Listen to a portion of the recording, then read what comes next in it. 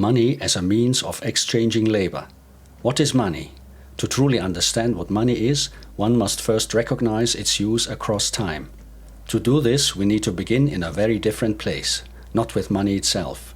In the earliest days of humanity, anyone who possessed something valuable, something others did not, could thereby awaken desires, ambitions, behaviors, or even greed in others.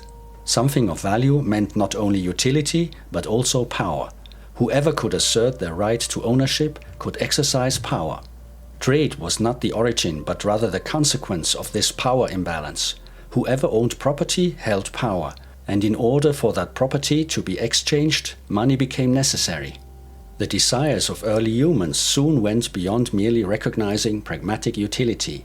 They entered realms where people could not only command opportunities and means of power through the use of exchangeable goods, but where the mere potential of these goods was enough to generate hopes and aspirations in others.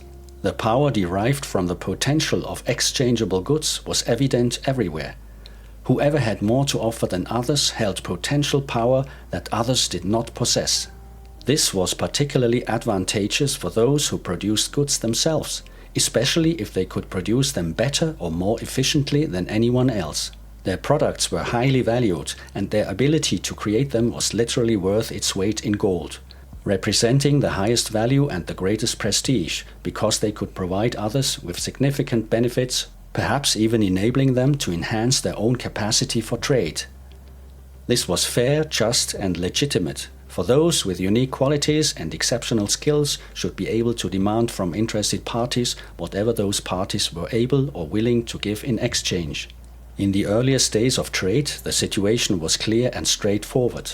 No one could cheat, exploit, or coerce another into trade, because everyone could see the advantages or benefits derived from ownership, and everyone was free and independent in the sense that they did not have to participate if they chose not to. In the simple village communities of prehistory, there was little private property and hardly any medium of exchange in the form of money.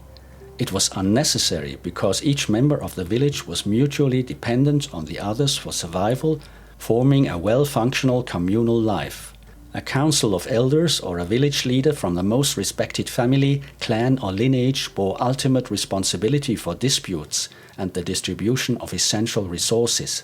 Mediums of exchange were unnecessary. Resources were wisely and fairly distributed so that everyone's needs and hardships could be addressed.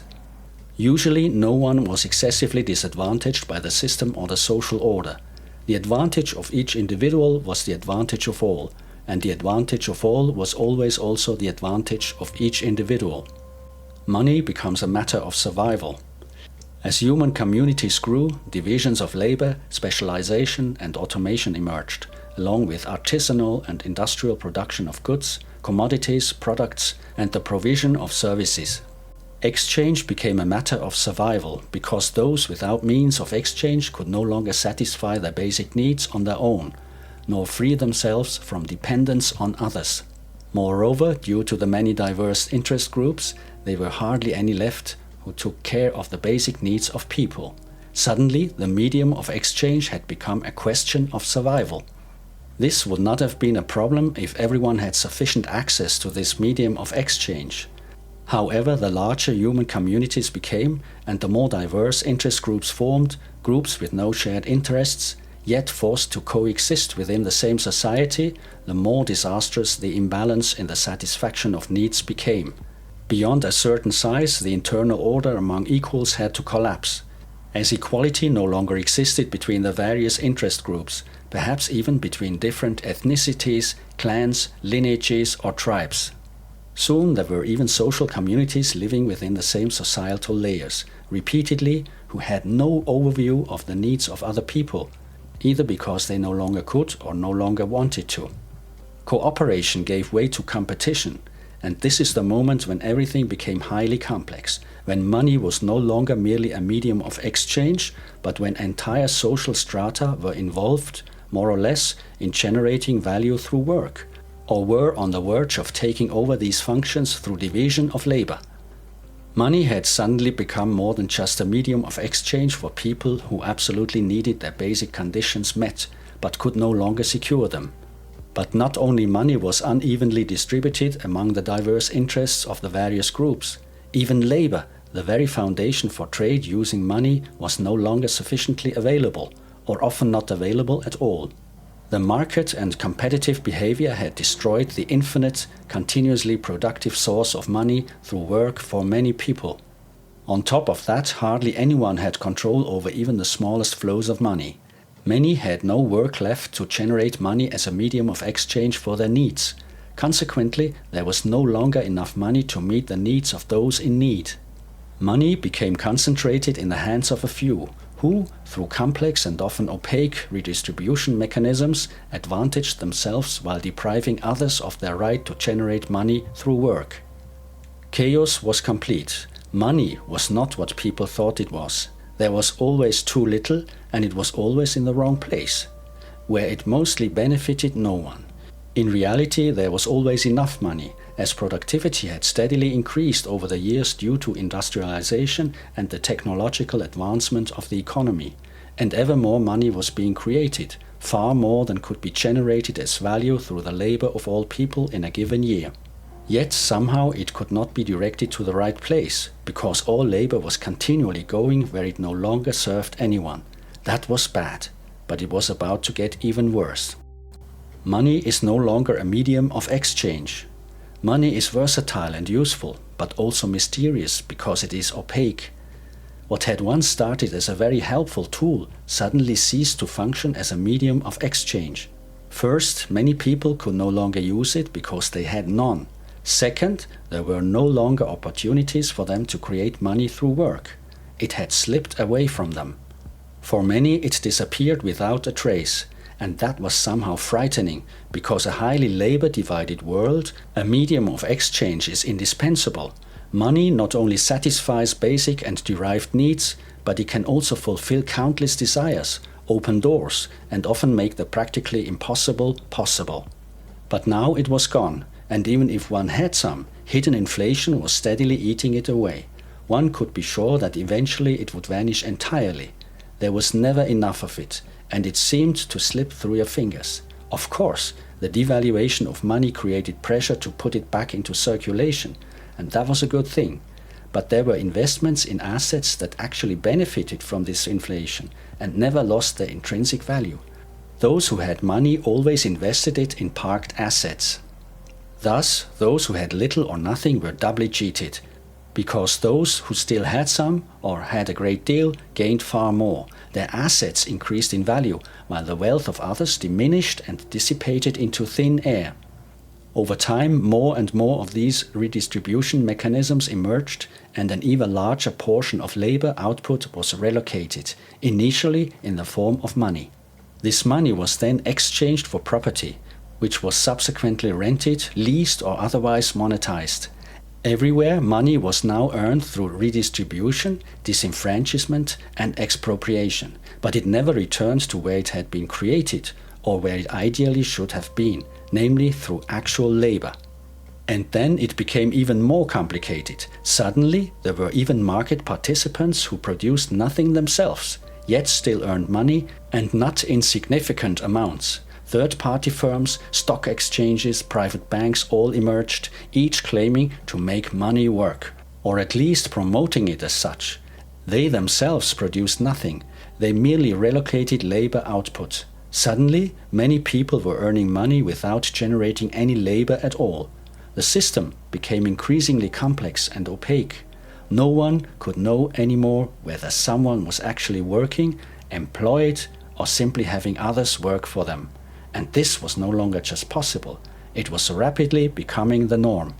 Anyone with sufficient wealth or property could have others work for them. This was not unusual. It soon became standard. The exception was the ever-shrinking middle class of people who were still working.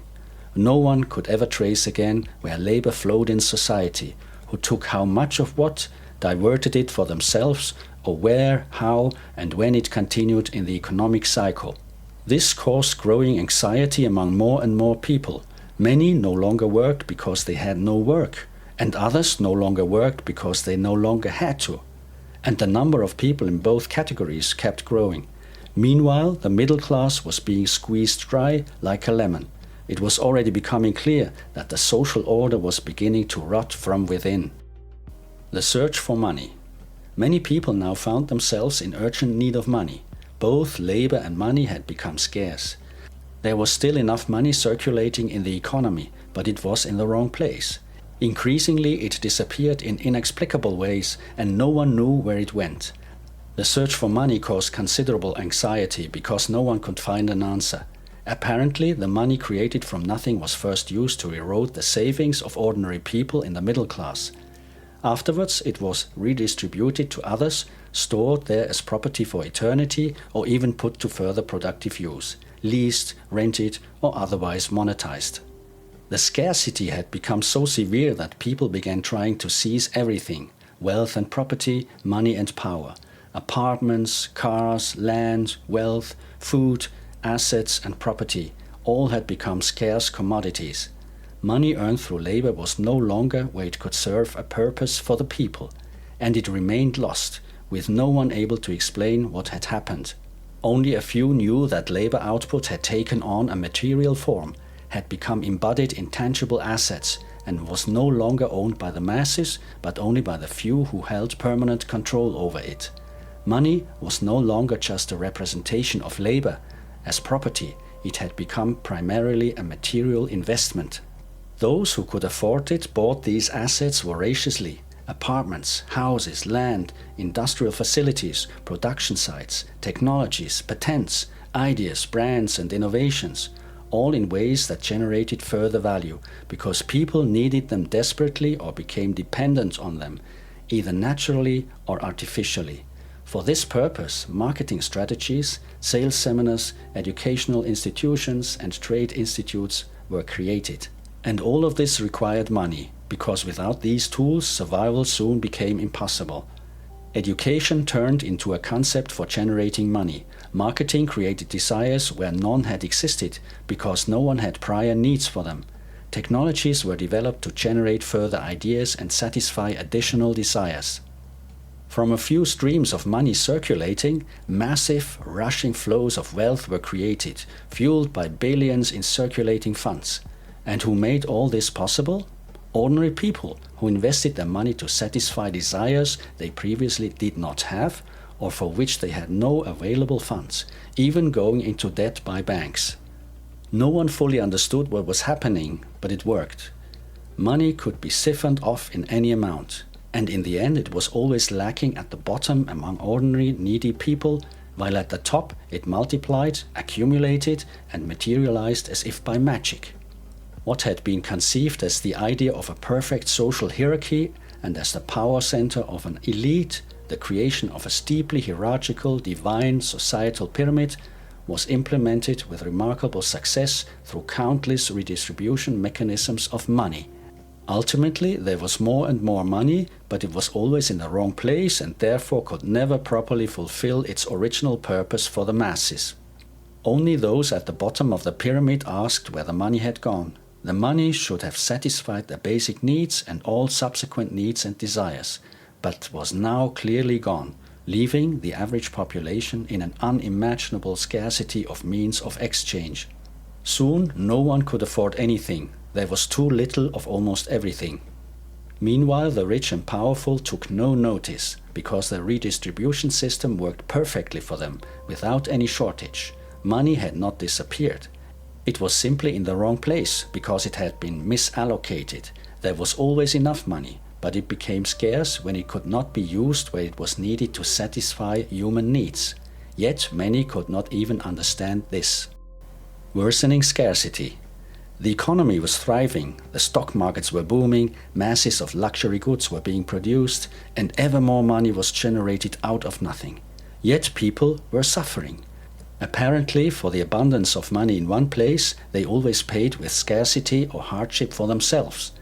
The money that had once served as a means to exchange labor and services was no longer there to satisfy human needs. It seemed to work only for certain people, multiplying in their hands and allowing the wealthy to celebrate, while ordinary people sat at home in rented apartments, surviving on potatoes, unemployed, unsure whether they would have to sleep on the street the next day. People could not understand how there could be so much money, so much work, production, and accumulation, and yet the situation kept worsening. They searched for explanations for the disaster, but could not find the reason why things were getting worse. The more clever among them, if they could, began producing even more, hoping to turn their personal scarcity into abundance and happiness. Only one had to be diligent enough, work hard and long enough, and then life would improve, or even get better. After all, anyone could rise from a simple dishwasher to a millionaire. They just had to work diligently enough. The promise of every modern society was that anyone who worked hard enough could succeed. Therefore, it must work. If it did not, the fault lay with oneself or with others, not diligent enough, not smart enough, lacking the right skills or traits to become wealthy. Essentially a failure who deserved to have nothing. Many had succeeded and still did, which was proof enough for most that the system still worked. Only a few knew that they did not understand the system, and that it was not diligence, intelligence or ability that was rewarded, but wealth, property, connections and power. They genuinely believed that hard work paid off. But those times had long passed. From this stage of societal development onward, work was needed only to maintain or further enrich the lifestyle of the rich and powerful.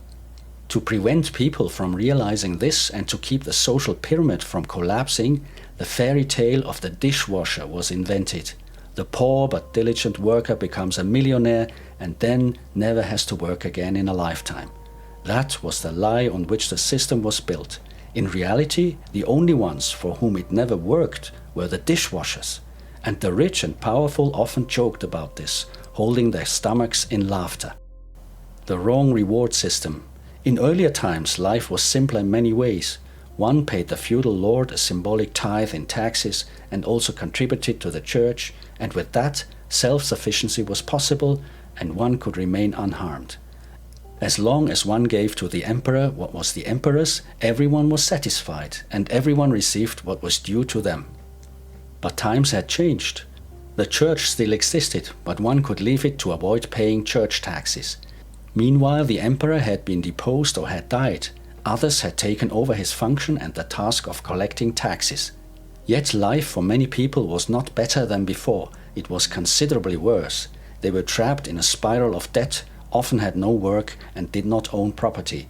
Everything they used, saw, smelled or touched belonged to someone else. They had no ownership rights.